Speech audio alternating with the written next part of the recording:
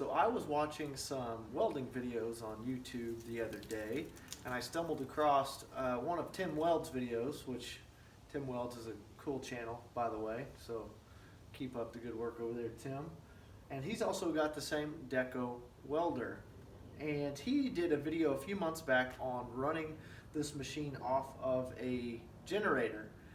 And it's something that I've actually done with this already, and I saw his video and I noticed he had different results than I had. So I wanted to post this up just to show you guys, depending on your situation, this may or may not work for you. So he was running a 4K Predator generator, and I think he said he's at about 4,000 feet elevation, 4,500 maybe, and he was running it off of the 220, and I think he ran a few different rods.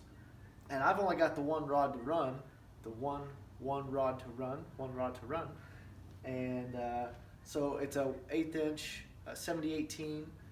That is what I use for pretty much everything.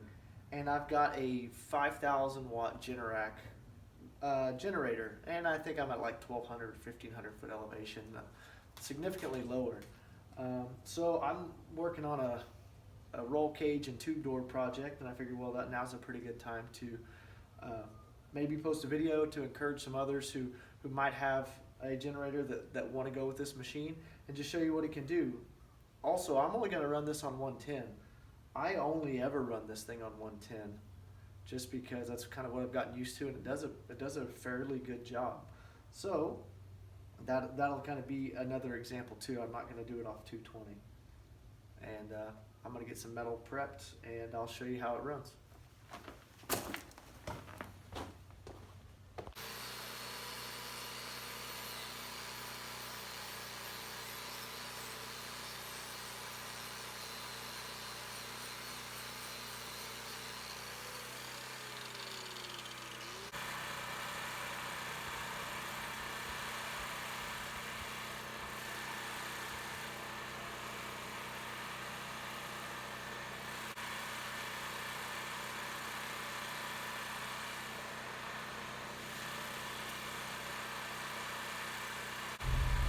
Now I've got the volume turned down quite a bit here, but I wanted you guys to still be able to hear the generator as it bogs down. And it does bog down a fair amount, but it powers through it pretty well.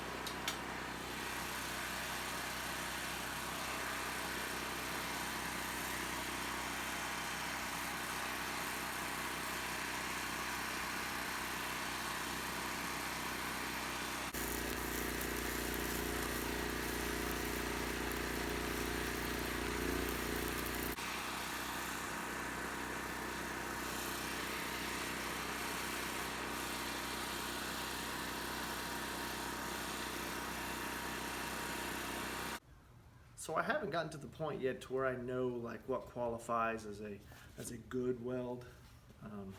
In my book, I caught my hand on fire. In my book, a good weld is one that doesn't break. So by that definition, I think that those are good enough.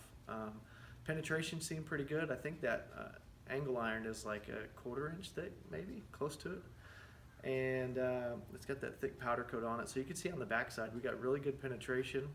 At least it got hot on the backside, and you know, those welds were about as good as welds as I make. So I'm pretty pleased with that. And running off 110 off a 5,000 watt generator, it'll definitely do the job. So if you've been thinking about doing the same thing, I recommend that combo. That's not a cheap generator. I think I paid $600 or $700 for it. But like I said, you can use that for anything. You know, that's not a dedicated welding setup. You could, you know, everybody needs a good generator, and so for an extra $150, you get a welder as well, and you can actually go do some remote work. So anyway, I hope this helps.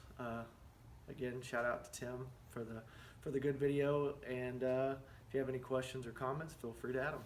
Thanks.